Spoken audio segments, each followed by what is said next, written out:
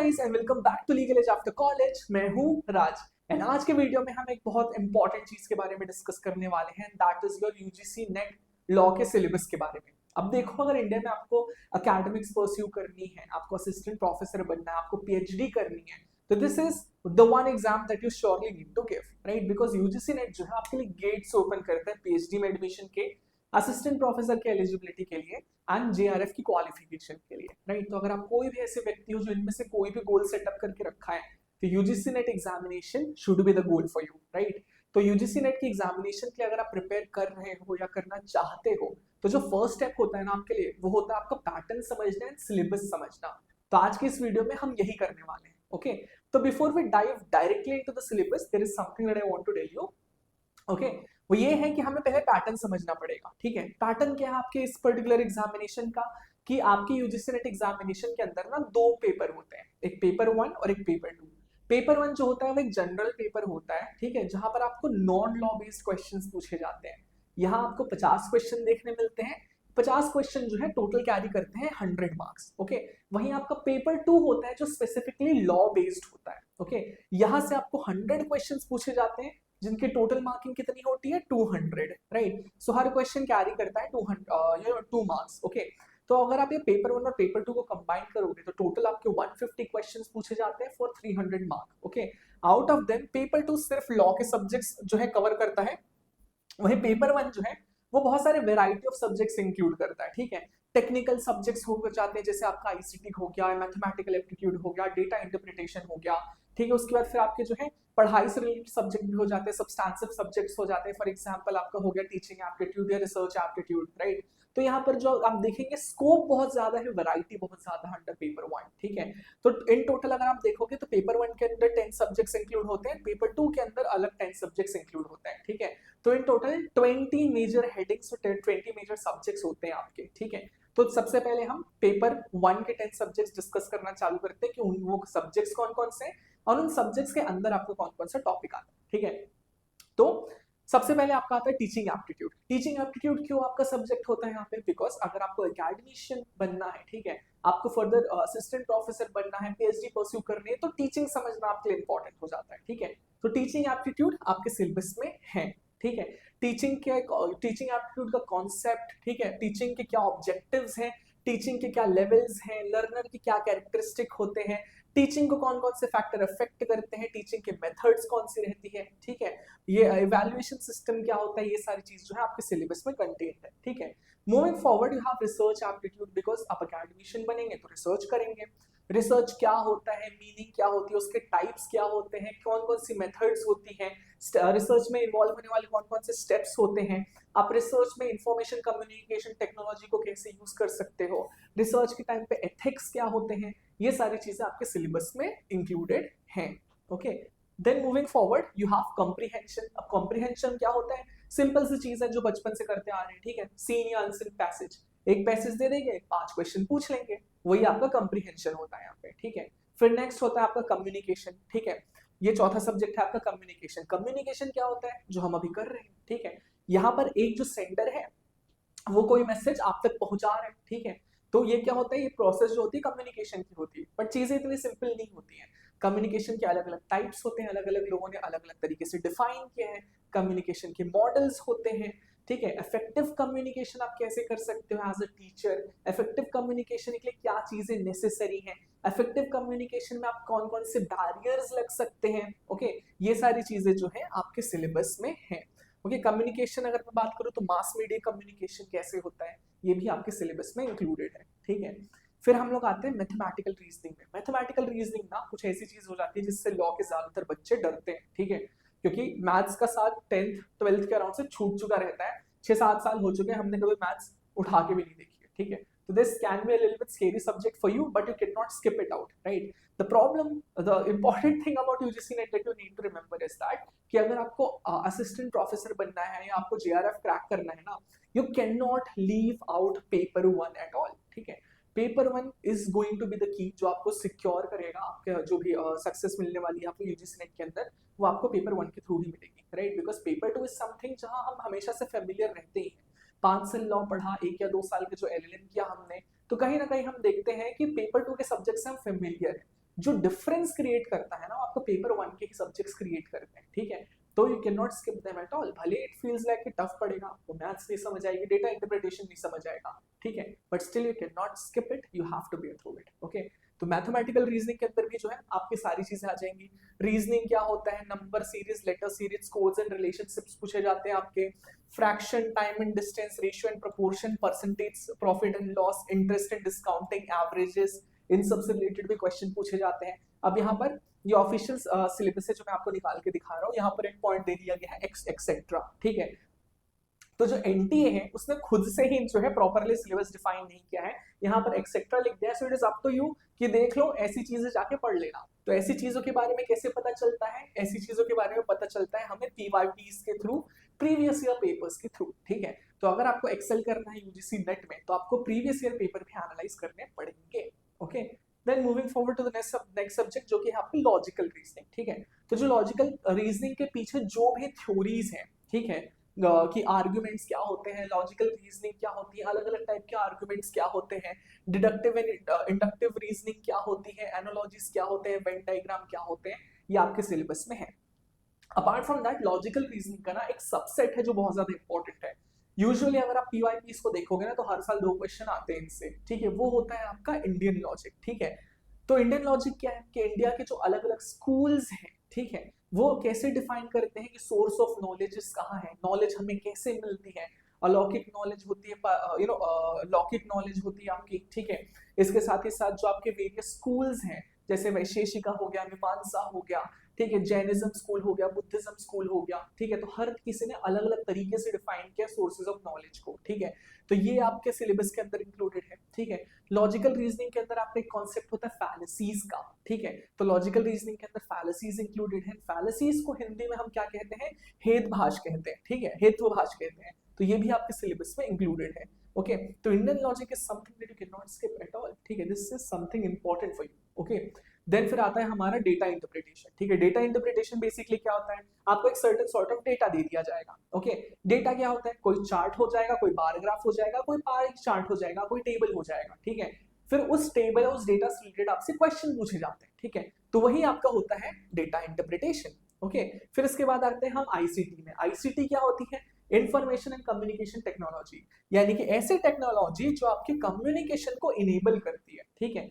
तो आईसीटी क्या होता है, आईसीटी से रिलेटेड इंपॉर्टेंट एब्रिविएशन जो है, जो फॉर एग्जांपल की अगर मैं बात करूं, सीडी का फुल फॉर्म क्या है, वाईफाई का फुल फॉर्म क्या है, सीपीयू का फुल फॉर्म क्या है, तो आईसीटी के अंदर जो है आपके अब्रिविएशंस इंपॉर्टेंट हो जाते हैं। इसके अलावा अलग अलग टर्मिनोलॉजीज इंपॉर्टेंट हो जाती है, ठीक है। टर्मिनोलॉजीज क्या होती है, जैसे कि अगर मैं कहूँ कि जॉयस्टिक क्या है, रैंडम एक्सेस मेमोरी क्या है, ठीक है, मेन फ्रेम कंप्यूटर्स क्या है, मदरबोर्ड्स क्या है, ठीक है। तो ये सारी चीजें यहाँ पर इंक्लूडेड है, ओके। फिर इसके बाद जो भी टेक्नोलॉजी आपको कम्युनिकेशन के लिए इनेबल करती है, जैसे इंटरनेट हो गया, इंट्रानेट हो गया, लैन हो गया, वैन हो गया, ईमेल हो गया, ऑडियो एंड वीडियो कॉन्फ्रेंसिंग हो गया, ये सारी चीजें भी आपके सिलेबस में है, ठीक है। देन जो भी डिजिटल इनिशिएटिव्स लिए गए हैं हायर एजुकेशन के लिए, जो भी आपके आईआईटीज, आईआईएम, आईआईएससीज जो लेके रखे हुए हैं, ठीक है, जैसे आपका शोध गंगा हो गया, आपका आचार्य हो गया, आपका एनपीटीईएल हो गया, एनएमईआईसीटी हो गया।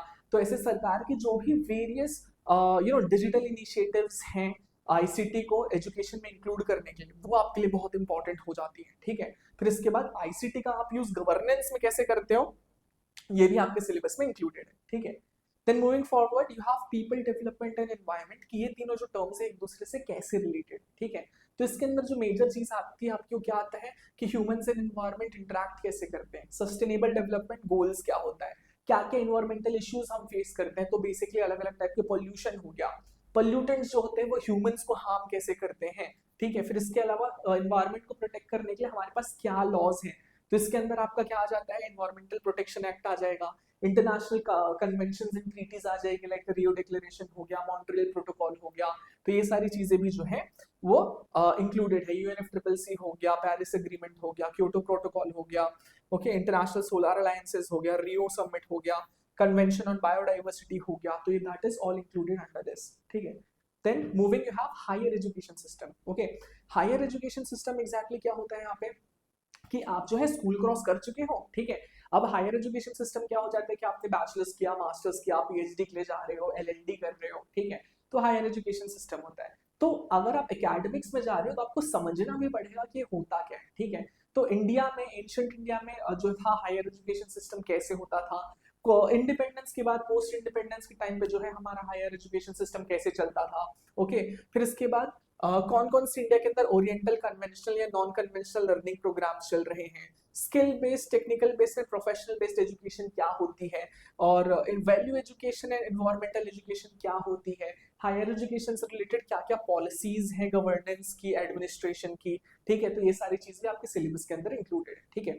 अब एक चीज देखो, जैसे कि आप खुद देख सकते होगे कि अभी तक हम लोग पेपर 2 में पहुंचे नहीं है। पेपर 1 जो है खुद में इतना वास्ट है, इतनी डाइवर्सिटी है, ठीक है।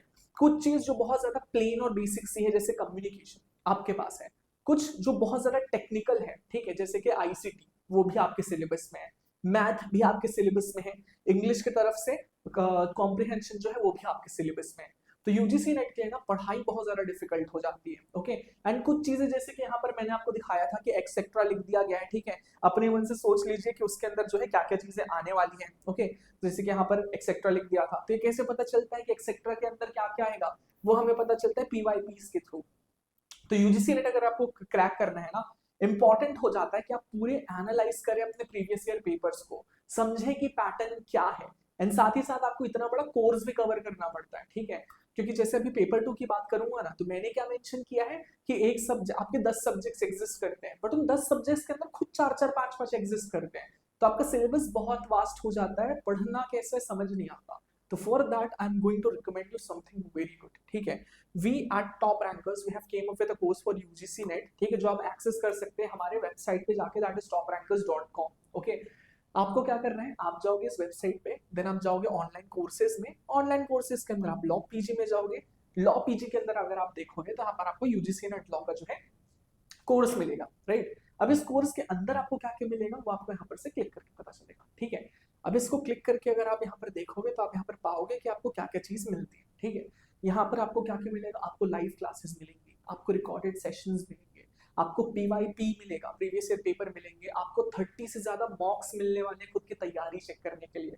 अगर आप कहीं भी अटक जाते हो, स्ट्रैटेजी नहीं समझ आ रही कि कैसे मैनेज करूं मैं यहाँ पे, साथ ही साथ अगर आपको ये नहीं समझ आ रहा कि कोई कॉन्सेप्ट समझ नहीं आ रहा, आप कहीं डाउटफुल हो, अटक चुके हो, तो आप 1-on-1 मेंटरशिप बुक कर सकते हो अपने फैकल्टी के साथ, ठीक है। तो ये जो सारी चीजें आपको लगने वाली है यूजीसी नेट क्रैक करने के लिए, आपको एक जगह पे मिलने वाली है, ठीक है। तो this is something that you should not skip out on if you are going to prepare for UGC NET, right? Because it can be something very difficult बिना हेल्प के क्रैक करना, ठीक है। Now why am I suggesting you this, क्योंकि first of all तो जो tools मिलेंगे आपको इसके साथ वो तो बहुत ज्यादा इंपॉर्टेंट है, ठीक है। साथ ही साथ अभी हमारा चल रहा है एक special discount for our YouTube audience, that is 10% off on our UGC NET course, ठीक है, जिसे आप अवेल कर सकते हैं LEACYT कूपन कोड यूज करके, ओके। नाउ मूविंग फॉरवर्ड, ओके, ये था। If you are going to prepare for it, I would suggest कि ज्यादा टाइम वेस्ट नहीं करना है, ऐसी प्रिपरेशन रखनी है कि एक बार में क्रैक हो जाए, ओके। तो उसके लिए LEAC is there with you, right. Then moving forward, paper 2 के सब्जेक्ट्स, ठीक है। तो सबसे पहले आपको जूरिस्प्रूडेंस आता है। जूरिस्प्रूडेंस का जो आपका सिलेबस देखोगे ना, तो बहुत सारे डिफरेंस नहीं है आपके कॉलेज के सिलेबस से, ठीक है। सोर्सेज ऑफ लॉ क्या होते हैं, स्कूल्स ऑफ जूरिस्प्रूडेंस क्या है, लॉ एंड मोरालिटी क्या है, प्रॉपर्टी ओनरशिप पोजेशन क्या है, लाइबिलिटी क्या है, राइट्स एंड ड्यूटीज क्या है, लीगल पर्सनैलिटी क्या है, ठीक है। लॉ पॉवर्टी एंड डेवलपमेंट क्या होता है, ग्लोबल जस्टिस क्या होता है, मॉडर्निज्म एंड पोस्ट मॉडर्निज्म क्या होता है, ठीक है। Again jurisprudence is something simpler, ठीक है, क्योंकि यहाँ पर ज्यादा कोई कॉम्प्लिकेशन नहीं है, जो आपके कॉलेज में पढ़ाया जाता है वो यहीं पे पूछ लिया जाता है, ठीक है। कॉन्स्टिट्यूशन एंड एडमिनिस्ट्रेटिव लॉ की बात करते हैं, ठीक है। जो मैं क्या कह रहा था कि भले ही ऊपर से देखने में 10 सब्जेक्ट लगते हैं, लेकिन एक एक सब्जेक्ट के अंदर 2-2, 3-3, 4-4, 5-5 सब्जेक्ट घुसा दिए जाते हैं, ठीक है। तो यहाँ पर भी यही है, right. And now you have to understand one thing here कि जस्ट बिकॉज यूजीसी नेट के अंदर कॉन्स्टिट्यूशन आता है डज नॉट मीन आपको पूरा पूरा कॉन्स्टिट्यूशन पढ़ना है।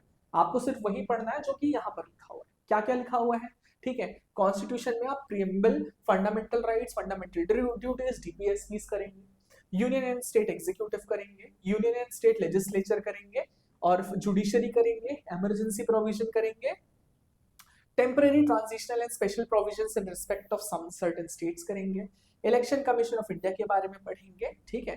ये आपका कॉन्स्टिट्यूशन का कोर्स हो गया, ठीक है। इसके बाद आप जो एडमिनिस्ट्रेटिव लॉ में आओगे, एडमिनिस्ट्रेटिव लॉ क्या है, उसका नेचर क्या है, स्कोप क्या है, इंपॉर्टेंस क्या है, ठीक है, प्रिंसिपल ऑफ नेचुरल जस्टिस क्या है, ओके, फिर क्या एडमिनिस्ट्रेटिव एक्शन का जो है जुडिशियल रिव्यू किया जा सकता है, ठीक है, तो ये सारे कॉन्सेप्ट्स आपको इसके अंदर पढ़ने हैं। Then moving forward you have public international law and international humanitarian law, ठीक है, तो इंटरनेशनल लॉ से रिलेटेड है।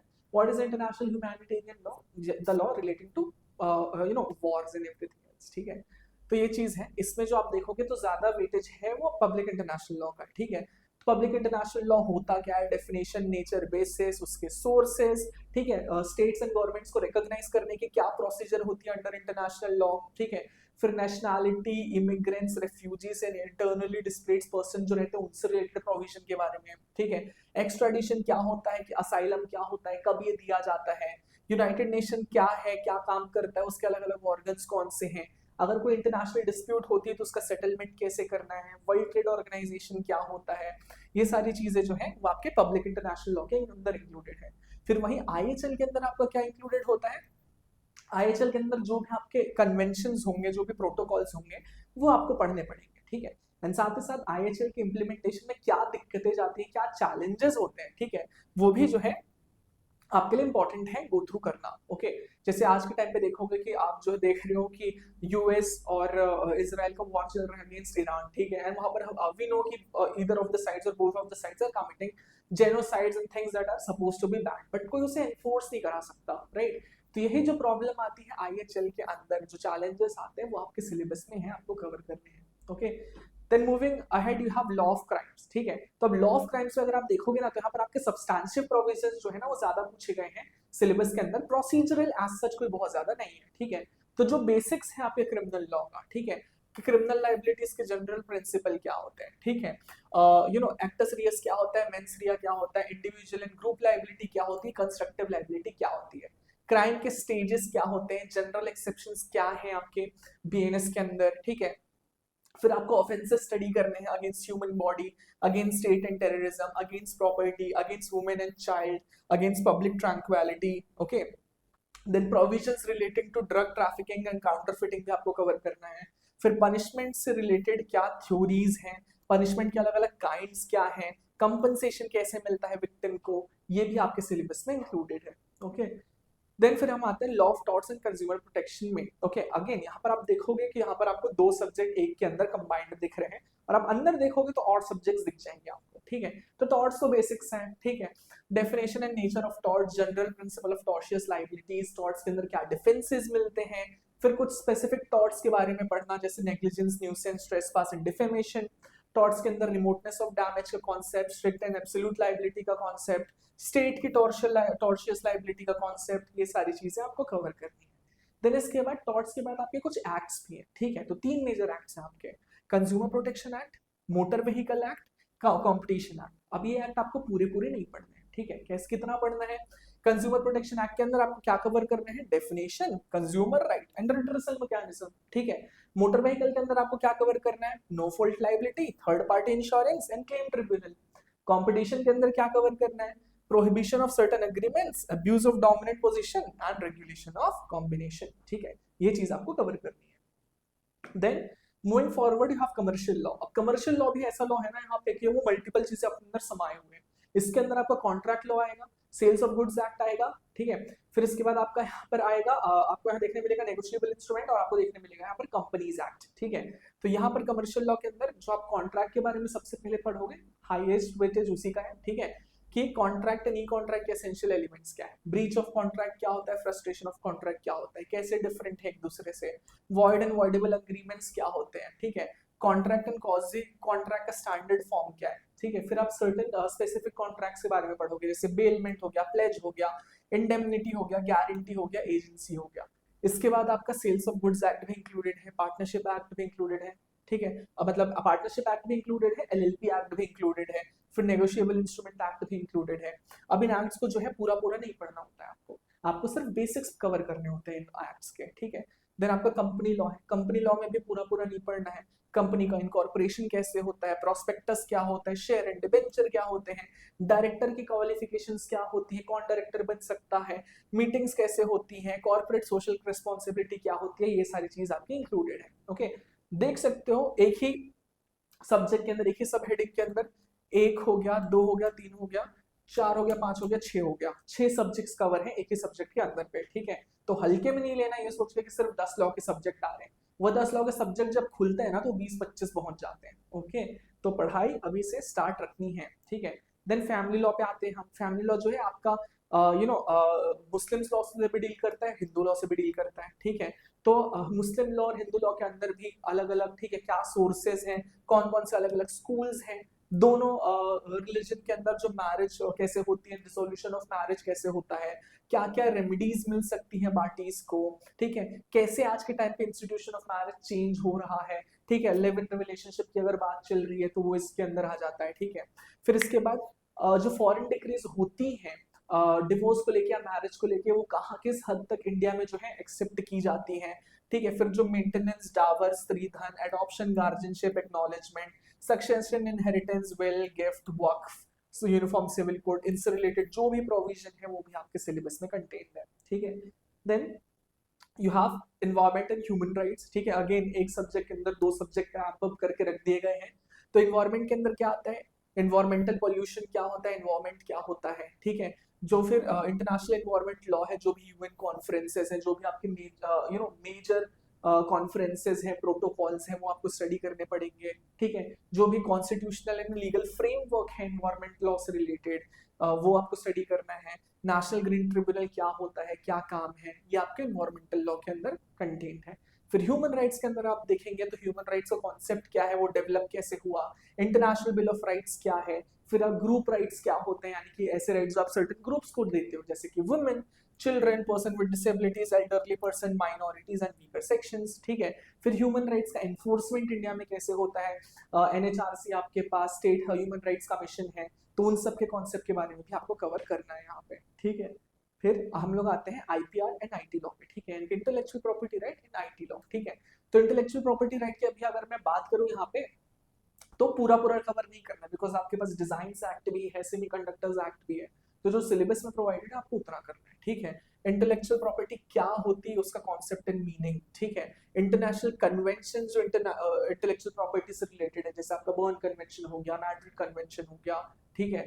तो ये चीज है। फिर उसके बाद आपको आईपीआर के अंदर क्या क्या कवर करना है, copyright law of patent, trademark, GI, bio, ये सारी चीज तो आपको एक्ट टू एक्ट कवर करनी है, ठीक है। लेकिन इसके अलावा आपको क्या कवर करना है कि इंडिया में कैसे बायोडाइवर्सिटी एंड ट्रेडिशनल नॉलेज को प्रोटेक्ट किया जाता है, ठीक है। फिर इसके बाद हम आ जाते हैं आईटी पे, ठीक है। तो इसके अंदर आईटी के जो मेजर कॉन्सेप्ट्स हैं ना, digital signature, electronic signature, digital electronic records हो गया, ठीक है, इलेक्ट्रॉनिक गवर्नेंस हो गया। इसके अलावा फिर साइबर क्राइम्स, ऑफेंसेस, पेनल्टीज, ये सारी चीज जो है आपके सिलेबस में कंटेन्ड है, ओके।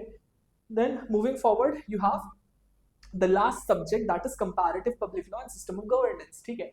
तो आप कंपैरेटिव पब्लिक लॉ की बात करोगे ना, तो एक ऐसा सब्जेक्ट रहता है जो आपको 5 साल में देखने नहीं मिलता, 5 ईयर लॉ में देखने नहीं मिलता, लेकिन आपका एलएलएम में कंपलसरी सब्जेक्ट बन के आता है, ठीक है। तो कंपैरेटिव पब्लिक लॉ में एग्जैक्टली होता क्या है कि आप जो है किसी एक स्टैंडर्ड के बेसिस पे अलग अलग ज्यूरिसडिक्शंस को कंपेयर करते हो, ठीक है। तो यहाँ पर यही चीज आपको देखने वाली है, ठीक है। तो सबसे पहले तो आप समझोगे कि कंपैरेटिव लॉ का रेलेवेंस क्या है, क्या मेथोडोलॉजी है, क्या प्रॉब्लम्स है, क्या कंसर्न्स है, ठीक है। फिर अलग अलग स्टैंडर्ड के बेसिस पे आप अलग अलग जुरिस्डिक्शन को गवर्न करने वाले हो, ठीक है। कि फॉर्म्स ऑफ गवर्नमेंट के अंदर प्रेसिडेंशियल, पार्लियामेंट्री एक दूसरे से कैसे डिफरेंट है, यूनिटरी एंड फेडरल एक दूसरे से कैसे डिफरेंट है, ठीक है। फिर मोड अलग अलग टाइप का फेडरलिज्म कैसे एग्जिस्ट करता है यूएस, कनाडा एंड इंडिया में। रूल ऑफ लॉ क्या होता है, फॉर्मल एंड सब्सटैंशियल, 2 अलग अलग वर्जन है, तो ये कैसे एप्लीकेबल होते हैं। Separation of power India, UK, USA and France में कैसे डिफरेंस है, डिफरेंट है। Independence of judiciary, judicial activism and accountability India, UK and USA में कैसे डिफरेंट है, ओके। कॉन्स्टिट्यूशनल रिव्यू का system India, USA, Switzerland and France में कैसे ऑपरेट करता है। अमेंडमेंट कैसे होता है कॉन्स्टिट्यूशन का India, USA and South Africa के अंडर, ठीक है। ओम्बड्समैन का system Sweden, UK and India में कैसे है, ठीक है, कैसे डिफरेंट है।